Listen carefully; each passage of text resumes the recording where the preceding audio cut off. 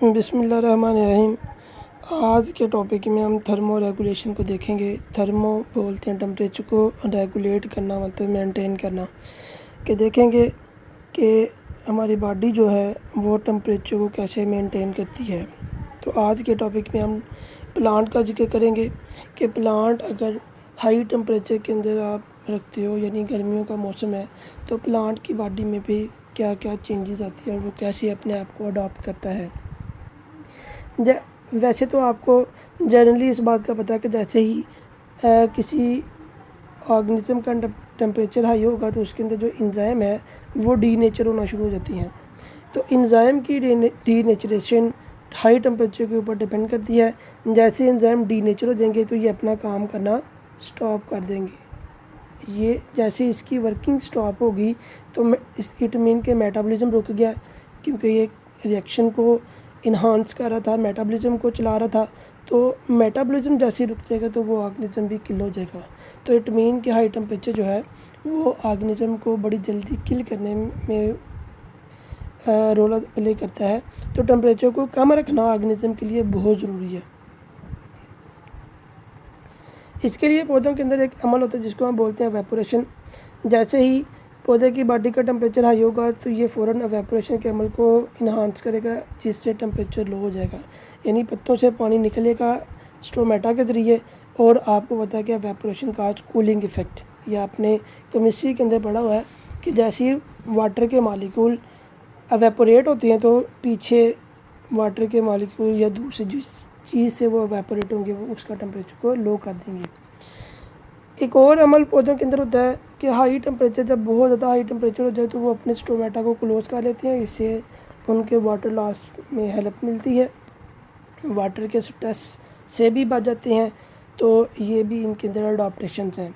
वैसे आमतौर पर जो पौधों के अंदर टेम्परेचर है 40 डिग्री या 40 डिग्री से अबव, ये उनके लिए ज़्यादा हार्मफुल होता है। इसमें वो अपनी हीट शॉक प्रोटीन को एक्टिवेट करती हैं। इनका फ़र्क ये होता है कि आप कह लें कि ये कुछ ऐसी प्रोटीन है जो हाई टेम्परेचर के अंदर सर्वाइव कर जाती हैं, और इस प्रोटीन के अंदर वो अपने एंजाइम को छुपा लेता है।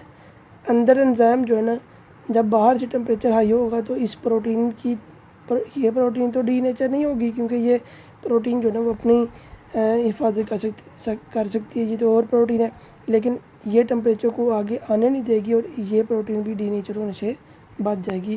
तो इस तरह ये डीनेचरेशन के से प्रिवेंट करने से, यानी डीनेचरेशन के अमल को रोकने में हेल्प करती है। इसी तरह अगर प्लांट को आप लो टेम्परेचर पे रख दें, यानी सर्दियों के मौसम में, तो फिर क्या होता ये है कि जो सेल के अंदर फ्लूइड होता है, यानी जो प्लाज्मा होता है जिसको हम साइटोप्लाज्मा या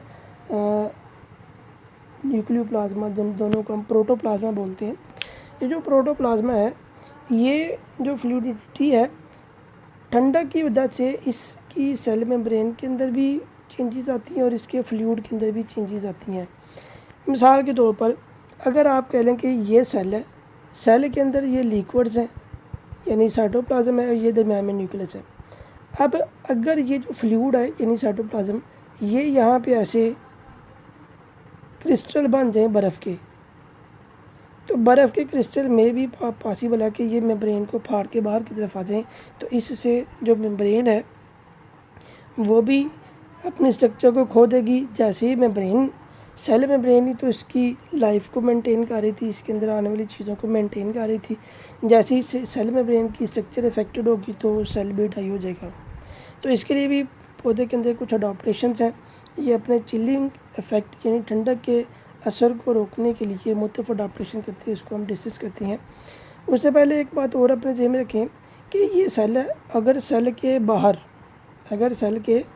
बाहर वाली साइड पे यहाँ पे आइस बन जाए ना, तो ये सेल को इतना इफेक्ट नहीं करती जितना सेल के अंदर आइस बनने से सेल मुतासर होता है।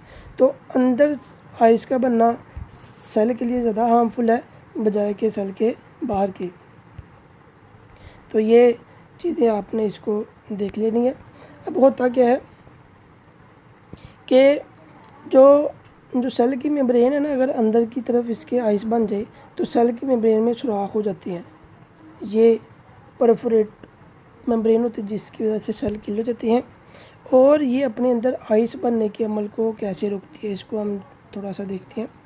आपने ना फर्स्ट ईयर के अंदर चैप्टर नंबर 8 के अंदर आपने एक टॉपिक था, वहाँ पे आपने सोल्यूशन वाला जो चैप्टर है वहाँ पे आपने पढ़ा था कि अगर जैसे वाटर है, वाटर के हम एग्जांपल लेते हैं। वाटर का बॉइलिंग पॉइंट होता है जी 100 डिग्री सेंटीग्रेड और फ्रीजिंग पॉइंट होता है 0 डिग्री सेंटीग्रेड। अब अगर आप इसमें सल्यूट ऐड कर दें ना, साल्ट कोई भी ऐड कर दें, तो इसका बॉइलिंग पॉइंट अब 100 नहीं रहेगा, बल्कि 100 से कुछ ना कुछ ज़रूर बढ़ जाएगा। यानी 100 डिग्री से इसके 100 डिग्री पे ये बॉयलिंग करेगा, 100 से अबव डिग्री पे जाके बॉयल करेगा।